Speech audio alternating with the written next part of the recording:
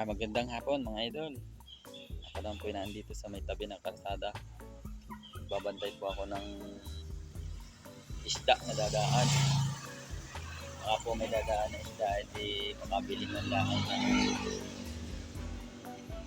makabili man lang kahit 1/4.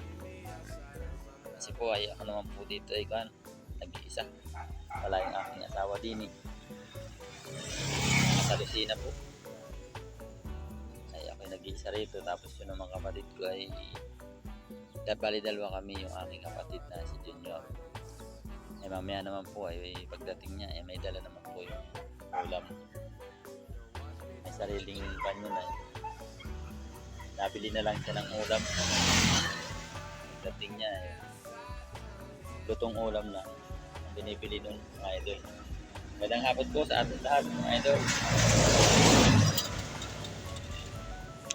Wala pang nadaang isda, alas 8 yan, hapon na naman Antayin ko hanggang mga alas 5:30 mga idol ay may dadaan dyan lagi yan. Kaya dito lang ako sa tabi ng kalsada. Nanonood ako ng mga nadaan sa sakyan. Kabi-kabila yun. Dami nadaan.